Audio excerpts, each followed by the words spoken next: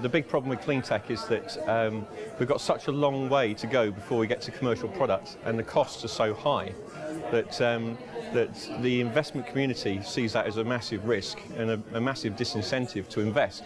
So what we need to do is find ways where we can encourage the venture capital community to start sort of taking bigger risks and start supporting clean tech companies at quite early stages as well, where the risks are high.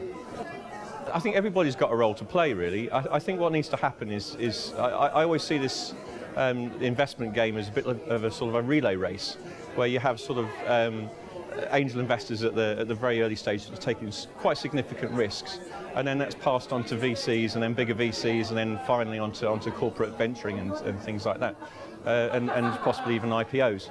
So what needs to happen is the whole chain needs to work in a coordinated fashion and recognise the strengths and the role that the other people in the chain take. For instance, you know, an angel investor is likely to be completely sort of diluted out of existence by the time it gets to an exit event. That shouldn't be the case. They should be very large profits for those angel investors that take those early risks, and they shouldn't be diluted to the extent that they probably will be.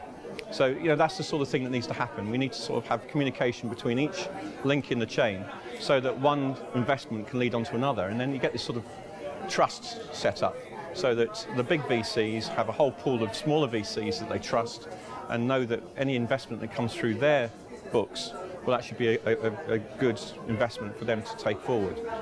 I was at an event at the House of Commons earlier this week, and it was a very positive sort of message that we were getting. And they were saying those sorts of things. You know, there needs to be much more communication, and there needs to be a lot more risk-taking by the venture community.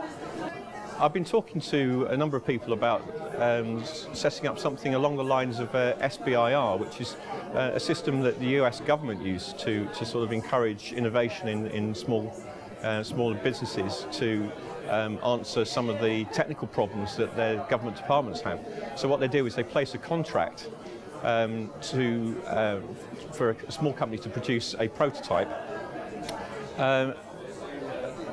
completely at risk. So basically they would pay £1 million for a prototype on the understanding that it's a prototype, it might not work, you know, and you know, but still that provides early revenues for that company, and also provides the incoming VCs with some sort of credibility in terms of an end customer. So it sort of like answers a lot of the questions. So I think something like that is probably needed in this country. So that's where the government can really come in. We need to have some really good quality organised events like this to sort of encourage communications, the sort of communications I was referring to, you know, so getting the VCs to talk to potential investment opportunities, but even at an early stage. So, you know, they should see it as a bit of a pipeline sort of situation. So, all right, it might be too early for them now, but in a year's time, they could well be looking at that company as a potential investment for much larger investment rounds.